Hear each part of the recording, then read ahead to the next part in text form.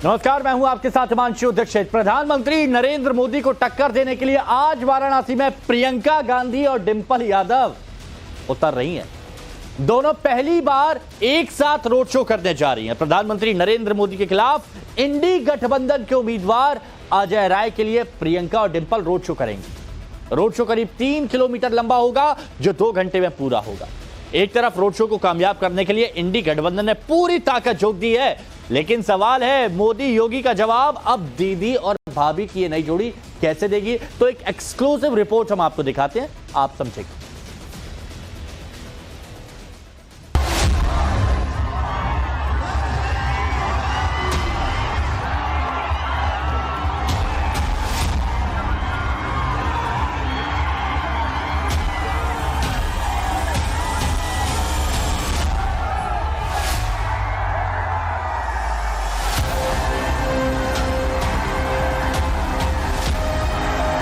वो 10 सालों से राजनीति कर रहे हैं धर्म के आधार पर। हर चुनाव को हिंदू मुसलमान बनाते हैं कि नहीं बनाते हैं? जो कह रहे हैं कि यह धर्म की लड़ाई है, तो मैं उन लोगों से कहना चाहती हूँ कि यह राजनीतिक लड़ाई है, ये विचारधारा की लड़ाई है। राम भक्त ही राज करेगा दिल्ली के, राम भक्त ही राज करेगा। और इस समय सबसे बड़े राम भक्त हैं नरेंद्र मोदी।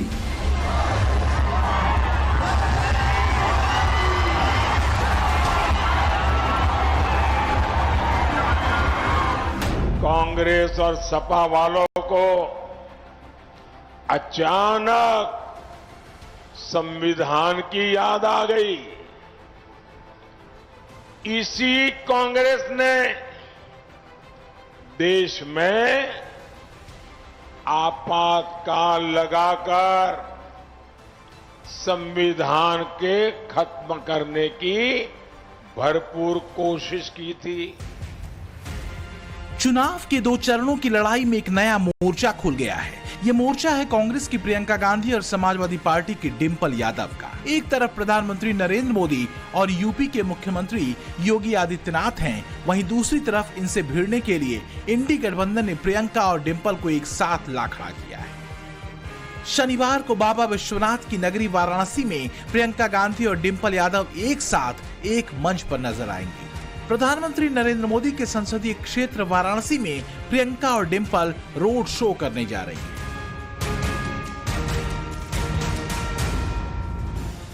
ऐसा पहली बार होने जा रहा है जब प्रियंका और डिंपल साथ साथ रोड शो करेंगी।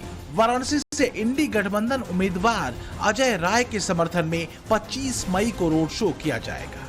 रोड शो वाराणसी में होने जा रहा है। प्रधानमंत्री नरेंद्र मोदी के खिलाफ चुनाव लड़ रहे अजय राय के पक्ष में होने जा रहा है, लिहाजा इनके निशाने पर प्रधानमंत्री नरेंद्र मोदी ही रहने वाले हैं। डिंपल जी भी रहेंगे और आदरणीय प्रियंका जी रहेंगे। दोनों लोगों का सामूहिक रोड शो है। प्रधानमंत्री नरेंद्र मोदी ने मातृ शक्ति सम्मेलन किया, प्रियंका गांधी आदि शक्ति का दर्शन कर रही है, तो क्या आदि शक्ति के दर्शन करके ये जवाब दिया जाएगा मातृ शक्ति? नहीं, देखिए, जवाब नहीं, वो तो माँ की आराधना करना है। मोदी जी अपनी बीबी की ही रक्षा नहीं किए, अपनी बीबी के साथ ही नहीं रखे, तो उनको मातृशक्ति का और नारी वंदन करने का अधिकार ही नहीं है। रोड शो के लिए तैयारियां जोरों पर है। कांग्रेस और समाजवादी पार्टी नेताओं और कार्यकर्ताओं में काफी उत्साह है। वजह है इंडी गठबंधन के इन 2 लेडी नेताओं की जोड़ी, जो सियासत की दुनिया में पहली बार बनी है। दोनों पहली बार एक साथ एक रोड शो में नजर आएंगे। बड़ी बड़ी बातें मंच पे, देशभक्ति की बातें मैं पूछना चाहती हूँ। कौन है वो देशभक्त जो इस देश को, इसकी आत्मा को नहीं समझ पाया, जो इस देश के किसान का आदर नहीं कर पाया? कौन है वो देशभक्त? नरेंद्र मोदी जी हैं? मुझे तो नहीं लगता। जिसने इस देश के किसानों को देशद्रोही कहा, इस देश के शहीदों को देशद्रोही कहा। जब तक रायबरेली और अमेठी में चुनाव नहीं हुए थे, तब तक प्रियंका रायबरेली के साथ साथ अमेठी में फुल एक्टिव रही। अब पूरे देश में जनसभाएं कर रही हैं। प्रियंका एक अच्छी वक्ता हैं। राहुल गांधी से अलग वो अपना खास तरह का पीपुल कनेक्ट रखती हैं। 5 किलो राशन देना मोदी जी की मजबूरी है, क्योंकि कांग्रेस पार्टी भोजन का अधिकार लाई थी आपके लिए। भोजन का अधिकार का मतलब है कि हर गरीब परिवार को कोई भी सरकार आए जाए उसको राशन देना पड़ेगा। इसीलिए मोदी जी से आपको राशन मिलता है, उनकी मजबूरी है, कानूनी अधिकार है आपका। रायबरेली में सोनिया गांधी और अमेठी से राहुल गांधी लंबे वक्त से दूर थे। राहुल गांधी ने अमेठी से दूरी बना ली थी। अपने गढ़ में ही गांधी परिवार लापता था तो बीजेपी के लिए खुला मैदान मिला हुआ था। लेकिन प्रियंका की मोर्चेबंदी ने रायबरेली के साथ साथ अमेठी में भी मुकाबले के माहौल को कुछ हद तक बदल दिया। मोदी जी तो अपनी दुनिया में रह रहे, कट गए हैं आपसे। वाराणसी के सांसद हैं, मैं चुनौती देती हूँ, एक कोई बता दे मुझे कि किसी के घर कभी गए वाराणसी में। वो कल भी रोड शो किया उन्होंने, बड़ी गाड़ी में यूं खड़े हो गए, इतने ऊंचे कि हाथ भी नहीं पहुंचता वहां। और हाथ तो वो तो छोड़िए, जनता उधर है, इतने सुरक्षा कर्मी इधर, इतने उधर, और बीच में चल रहे खड़े ऐसे यूं हाथ हिला रहे। उनको क्या मालूम कि आपके दुख क्या है। प्रियंका गांधी चाहे रायबरेली में प्रचार करें या फिर देश के किसी भी कोने में, उनके निशाने पर प्रधानमंत्री नरेंद्र मोदी ही रहते हैं। प्रधानमंत्री पर प्रियंका एक के बाद एक डायरेक्ट अटैक कर रही हैं और उसका जवाब मोदी अपने खास अंदाज में दे रहे हैं। वो 10 सालों से राजनीति कर रहे हैं धर्म के आधार पर। हर चुनाव को हिंदू मुसलमान बनाते हैं कि नहीं बनाते हैं? बनाते हैं। कल ये कहते हैं कि मैंने कभी ऐसा नहीं किया, कि अगर मैं ऐसा करता हूं तो मैं इस पद को रखने के मैं लायक ही नहीं हूं। तो 10 सालों से क्या कर रहे थे आप? हमारा देश 500 वर्षों से राम मंदिर की प्रतीक्षा कर रहा था।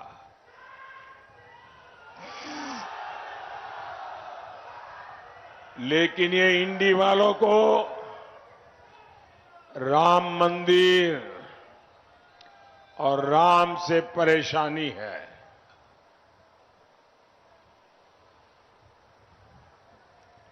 सपा के एक बड़े नेता कहते हैं राम मंदिर तो बेकार है, बेकार।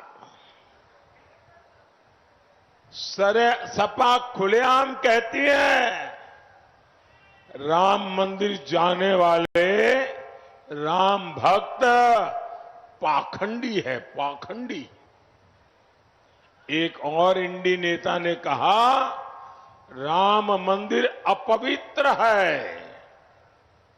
ये लोग सनातन धर्म के विनाश करने की बात करते हैं। और इन सब की आका कौन है? कांग्रेस पार्टी। वहीं समाजवादी पार्टी में डिंपल यादव का भी अपना क्रेज है। समाजवादी पार्टी के कार्यकर्ता उन्हें डिंपल भाभी बोलते हैं। वो जो कहती हैं उसे सुनते हैं। मैनपुरी में इलेक्शन तक तो वही लॉक थी, लेकिन अब यूपी की और सीटों पर भी प्रचार की कमान थामे हुए हैं। देखिए कैसे आजमगढ़ में प्रचार मंच से डिंपल का अलग ही अंदाज नजर आया। पवित्र पावन धरती के हम दोनों हाथ जोड़कर नमन करत हुई।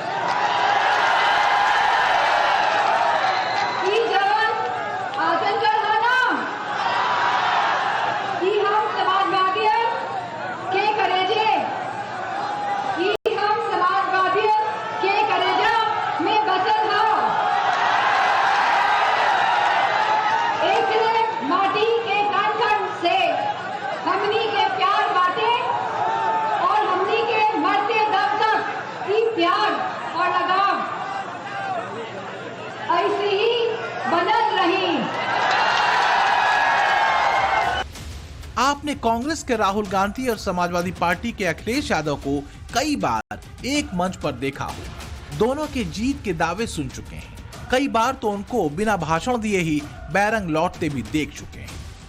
वहीं दूसरी ओर मोदी और योगी की जोड़ी का जलवा किसी से छिपा नहीं। वहीं अगर रैली यूपी में हो तो इस जोड़ी का करिश्मा नेक्स्ट लेवल तक पहुंच जाता है। समाजवादी पार्टी की सरकार थी, कांग्रेस की सरकार थी, तब ये क्या करते थे? सारा पैसा कब्रिस्तान में देते थे नहीं देते थे? हमने यही पैसा घुमा करके उल्टा घुमा दिया। ये लोग उल्टा घुमाते थे, पैसा आपका, प्रदेश का, उस पैसे को एक कब्रिस्तान की बाउंड्री करने में। और कोई भी गांव की जमीन है, किसी गरीब की जमीन है, पता लगा अगले दिन 4 लोग टोपी पहन कर गए और वहां पर वो बाउंड्री करने लगते थे और एक बोर्ड चपका देते थे, कब्रिस्तान है।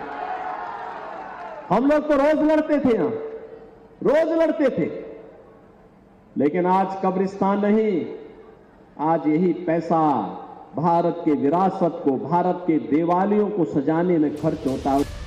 अगले 2 चरण में देश की कुल 114 सीटों पर चुनाव होने हैं।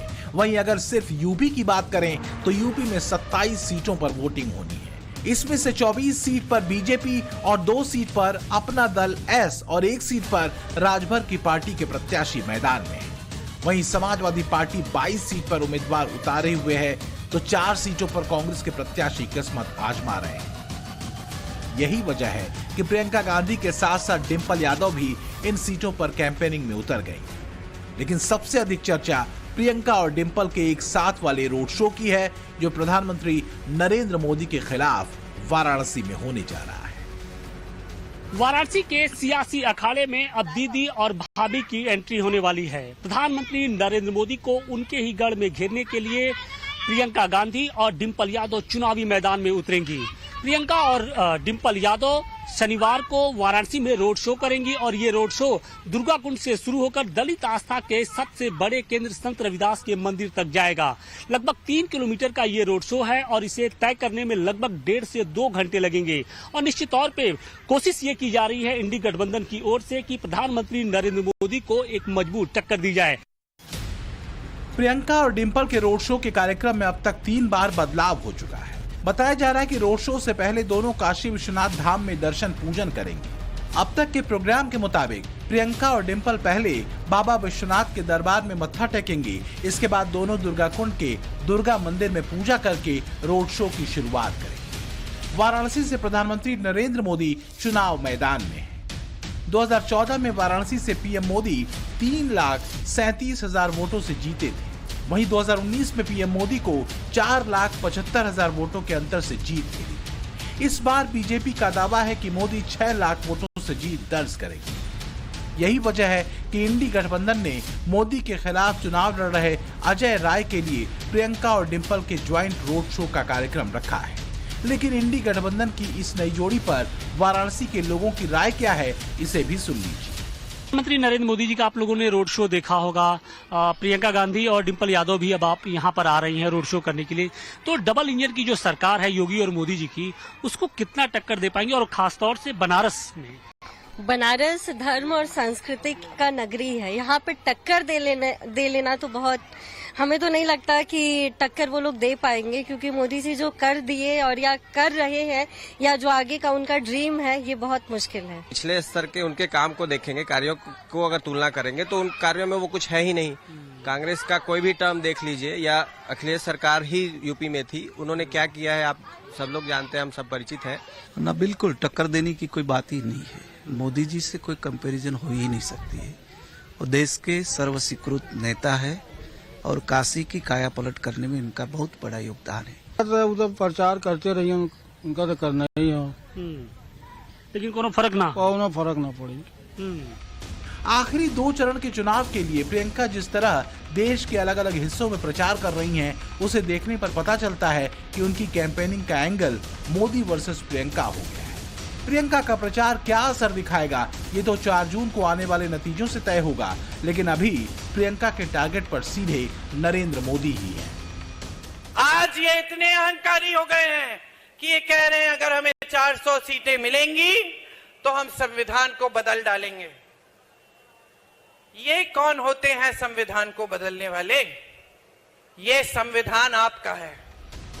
अगले 2 चरणों में यूपी के पूर्वांचल में वोट पड़ने हैं। यही वजह है कि प्रियंका गांधी इस वक्त पूर्वांचल में फुल एक्टिव है। 25 मई को वाराणसी के रोड शो से पहले वो योगी आदित्यनाथ के गढ़ माने जाने वाले गोरखपुर में इंडी गठबंधन की प्रत्याशी काजल निषाद के लिए रैली करने वाले।